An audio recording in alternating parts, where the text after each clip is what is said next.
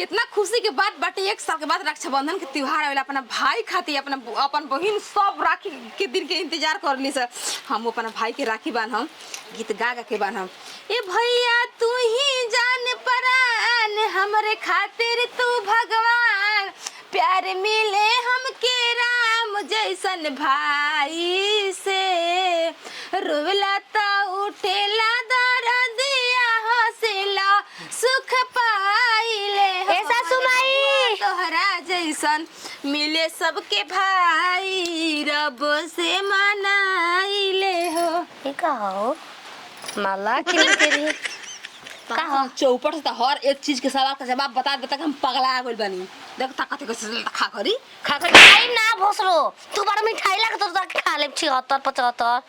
तू ना कैसे सुबह सुबह ना हाथ होके आगे नहीं बोलो तो बोलो का काम बा पर लाते से लतिया ता छिनार कहीं का इतना लतवा तार मुंह सुंदर बा का लतवा ध दियो ऊपर ओहो माने हमर मुंहवा से सुगर तोड़ लतवा धर जग नहीं के मुंह पर। अरे राड़ी अरे बोल देखो आज के दिन रानी करते तू जान ली। अरे भतर काटी बोल ना का आज के दिन का आज के दिन रक्षाबंधन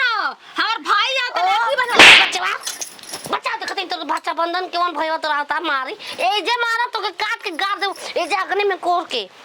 देखती केवन आए बचावे छिनरी तोर संग बोला नहीं रे रानी भतकाती रे ए सास माई का है। अब हम ना बोलो खिसियाई रही अपने की खिसियाई का करो बुई रखिए ले अरे आज रक्षाबंधन आरती देखा के टिक्का लगा के भाई के राखी बांधेला 1 साल के बाद भाई कहां बा भाई कहां बा तो राहुला रोहित भाई ना हो सा कहां बस अपन नहीं हर बोला फोन करके भाई तो भाई नहीं थे आय भाई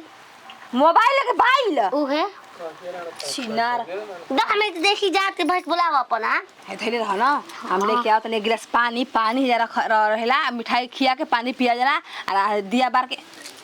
जी मत ले झूठा मत करे। हम भाई खाती है पापड़ी मिठाई शुभ होखेला रक्षाबंधन खाती के ठीक है।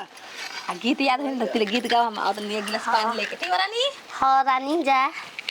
पानी लेके आओ तो तोरे तोर माई की